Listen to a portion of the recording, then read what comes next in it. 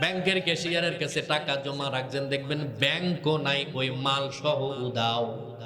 কথা কানে কেন, ঠিক কিনা? আল্লাহর হাবিব বলেছে শেষ জামানায় 3 নাম্বার কিয়ামতের আলামত হলো তুমাগনামান। শেষ জামানার ভেতরে যাদের কাছে টাকা গচ্ছিত রাখবেন আমানত হিসাবে, তিনি গনিমতের মাল মনে করবে। বিদেশে সন্তান পাঠিয়েছেন, ভাইয়ের কাছে টাকা পাঠিয়ে দিয়েছেন বছরের পর বছর, 15 বছর পরে আসার পরে দেখেন নিজের থাকার ঘরটা পর্যন্ত নাই। এরকম ঘটনা আছে না নাই? আছে। নিজের বাবা এবং বড় ভাই মিলে সংসারটা গুছিয়েছেন, ওই সংসারের ভেতরে দেনা ছিল, বড় ভাই মিলে বাবা সহ পরিশোধ করেছেন। আফসোসের বিষয় হলো বোনদেরকে বিয়ে দিয়েছেন, কিন্তু কিছুদিন পরে যখন বড় ভাইয়ের ইনকাম কমে যায়, ওই বড় ভাই ওই বাড়ির ভিতরে আর দাম পায় না। ঠিক কিনা জোরে কম?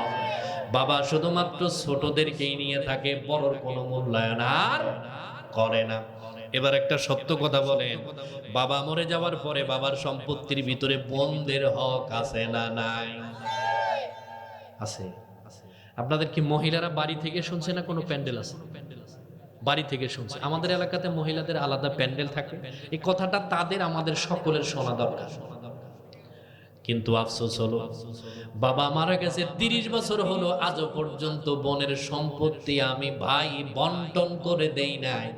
এরকম ভাই এই প্যান্ডেলের ভিতরেও থাকতে আছে নাকি পেছ লেগে গেল? কথা ঠিক আছে না নাই? আমাদের দেশে কিছু সিটার বাবা আছে। কি বাবা? একসাথে কন, কি বাবা?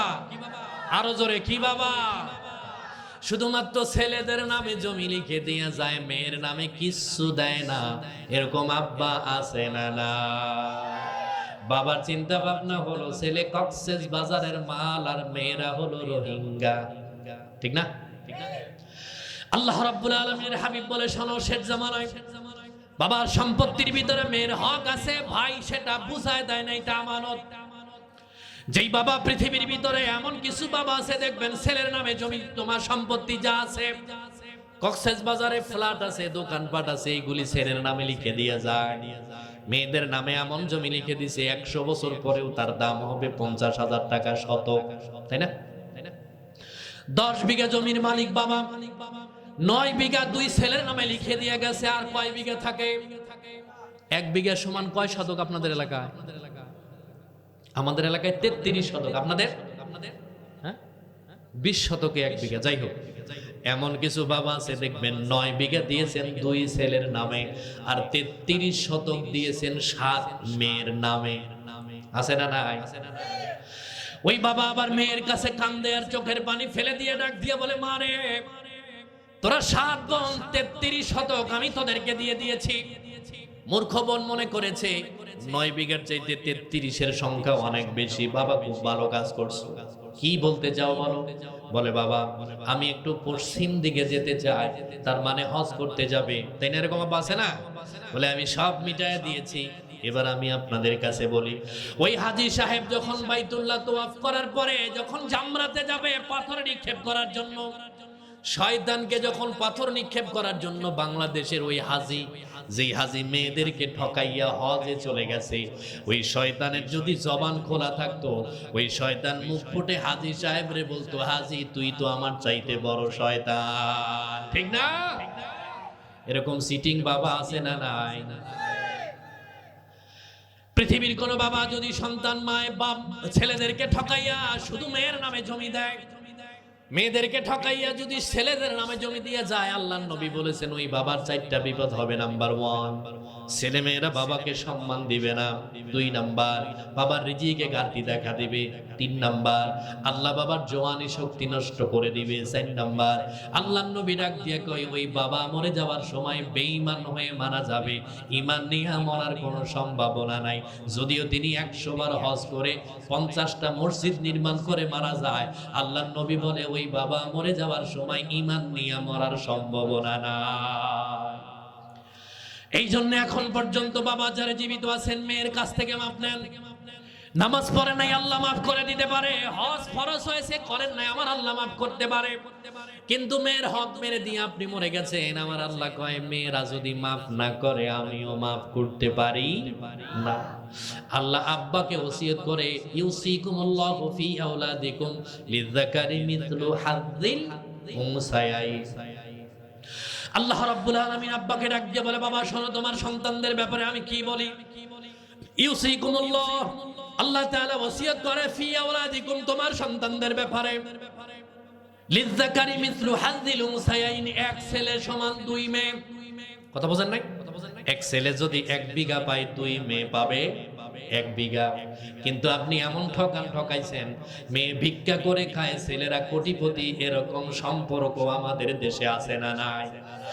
আল্লাহ রাব্বুল আলামিনের হাবিব কোরআনের ভাষায় ডাক দিয়ে বলে, শোনো, বাবা মরে যাবার পরে সন্তানদের উপরে 4টা দায়িত্ব সূরা নিসার ভেতরে বলে, ওয়াসিয়াতি ইউসি বিহা আওদাইন। বাবা মরে যাবার পরে সন্তানদের প্রথম নাম্বার দায়িত্ব হলো বাবার ঋণ পরিশোধ করে দেওয়া, 2 নাম্বার বাবার ওসিয়ত পূরণ করা, 3 নাম্বার বাবার উত্তম কাফন দাফনের ব্যবস্থা করা। যখন মাটি দেওয়া হয়ে যাবে, দেখবেন নিজের বোন ভাগ্নি বাবা যদি অন্য কোথাও বিয়ে করে থাকে, তার পক্ষের সন্তানরাও আসে কি আসে না? আল্লাহর হাবিব এবার ডাক দিয়ে বলে, যেদিন তোমার বাবা মারা যাওয়ার পরে ঋণ পরিশোধ হবে, ওসিয়ত পূর্ণ হবে, মাটি দেওয়ার পরে যখন বাড়িতে যাওয়া হবে, আসহাবুল ফারাইজ ওয়া হুমুল্লাযীনা লাহুম সিহাবুম মুকদ্দারাতুন ফি কিতাবিল্লাহি তাআলা।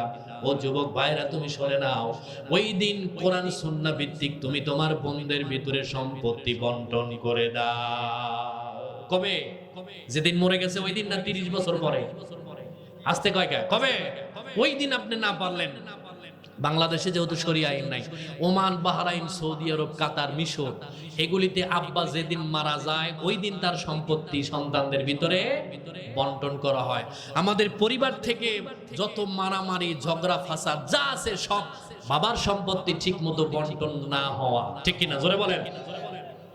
এবার ভাই যারা আছেন, আব্বা তো মরে গেছে, ভাই যারা আছেন বোনের সম্পত্তি দেন নাই, আমার আল্লাহ একটা কৌশল শিখাই দিয়েছেন, বলবো?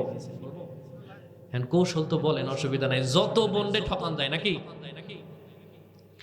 আল্লাহর হাবিব ডাক দিয়া বলে, শোনো, তোমার বোন যখন তোমার বাড়ির ভেতরে আসবে, ওয়াইযা হাদারাল কিসমাতা উলুল কুরবা ওয়াল ইয়াতামা ওয়াল মাসাকিন, তুমি যখন তোমার বোনদের ভেতরে সম্পত্তি বন্টন করে দেবে, ফারযুকুহুম মিনহু, তুমি তোমার বোনদেরকে বাবার রেখে যাওয়া সম্পত্তি থেকে খাওয়াও। ওয়া কুলু লাহুম কাওলাম মারুফা, তাদের সাথে এমন ভাষায় কথা বলো, বোন রে, বাবা মরে গেছে, তুই বাবার সম্পত্তি পাবি, আমি এটা মানি। বাবার সম্পত্তির ভেতরে তোর হক আছে, আমি এটা মানি। কিন্তু তোর তো ভালো করে বিয়ে হয়েছে, তুইও চাকরি করিস, তোর ছেলেও চাকরি করে, তোর স্বামীও চাকরি করে, আমি গরিব, আমার 10-12 জন সন্তান নিয়ে ঠিক মতো চলতে পারি না। তোর সম্পত্তি যদি আমাকে দিয়ে যাস, আমি একটু আমার নিজের জীবনটা ঠিক মতো চালাতে পারি। আপনি আপনার বোনের সাথে যদি সদয় বিনয় আচরণ করে কথা বলতে পারেন, দুনিয়ার এমন কোনো বোন নাই যে ভাইয়ের কাছ থেকে সম্পত্তি নিয়ে যায়, ঠিক না? কিন্তু আফসোসের বিষয় হলো, আমার বোনটা কোথায় বিয়ে হয়েছে, ওই বোনের শ্বশুর বাড়ি পর্যন্ত আমার বয়স 40 বছর, এখন পর্যন্ত চিনি না। বোনের কয়টা সন্তান হয়েছে, কার কি নাম রেখেছে, আমি মামা হিসাবে আমি জানি না। কিন্তু আমার শালীর কবে বিয়ে হয়েছে, পেটে বাচ্চা কবে আসছে, ডাক্তার কবে দেখানো লাগবে, ডেলিভারি ডেট ডাক্তার কবে দিছে, দুলাভাই হিসাবে ওই স্বামীর যতটা নাম মুখস্থ আছে, দুলাভাই হিসাবে আমার সব মুখস্থ। এরকম দুলাভাই অন্য জেলাতে আছে, আপনাকে পুরুষ করে একজনও নাই। কে কে আছেন দেখি হাত তোলেন তো। খালি কয় আছে, ডরে কেউ কয় না, আছে না নাই? জোরে কও। ও বন্ধু, কোথায় যাবে? আল্লাহর হাবিব বলেছে, কোন মানুষ যদি তার হায়াত বাড়াতে চায়, রিজিক বাড়াতে চায়, সুস্থ থাকতে চায়, ঈমান নিয়ে মরতে চায়, আল্লাহর নবী বলেছেন, তোমার নিকট আত্মীয়, তোমার ভাই, তোমার বোন, তার সাথে সদাচরণ কর। অন্তত বছরে একবার বোনদেরকে বাড়িতে দাওয়াত দিয়ে খাওয়ান। মাঝে মধ্যে বোনের কাছে খবর নেন। আল্লাহর কসম খেয়ে বলি, আপনি যখন বোনের কাছে মোবাইল করে খবর নেবেন, আপনার ভেতরে আল্লাহ রাব্বুল আলামিনের হাবিব বলেছেন, যখন ভাই বোন দুনিয়ার ভেতরে কথা বলে, টাইমের জ্ঞানটাকে আল্লাহ বন্ধ করে দেয়। যত ইচ্ছা কথা বলুক, আল্লাহ ভাই বোনের কথোপকথনের হিসাব আমার আল্লাহর দরবারে দিতে হয় না। কিন্তু আমার বোনের সাথে কথা কওয়ার টাইম আছে, শালীরই তো টাইম দিতে পারি না, ঠিক না? কথা কানে কেন, ঠিক কি না? যারা ভাই আছেন, আমাদের দেশে অনেক ইমাম, অনেক পীর আছে, তারা বোনদের জমি ঠকাইয়া ইমামতি করে, এরকম নাই? আছে না নাই? জোরে বলেন। সম্মানিত হাজির উপস্থিত যারা আছেন, আব্বা যদি 2 নাম্বারই করে থাকেন মেয়ের হক মিটাই দিবেন। যদি ভাই আপনার ভিতরে বোন সম্পত্তি পায় তাহলে আপনি তার হকটাকে মিটাই দিবেন। আর একটা বলে মোনাজাত করি, ঠিক আছে? ইতআর রাজুলু ইমরাতিহি, শেষ জামানায় এই খুরুশকুলের এমন কিছু যুবক আবিষ্কার হবে তারা বউয়ের গোলাম হয়ে যাবে। আছে না? বউ যেটা কয় সেইটাই তিনি করেন, আছে না? কিন্তু আফসোসের বিষয় হলো বিয়ে করে আপনি যখন এই খুরুশকুলে নিয়ে এসেছেন, এটা কিসের পাড়া? গুনার পাড়া নিয়ে এসেছেন।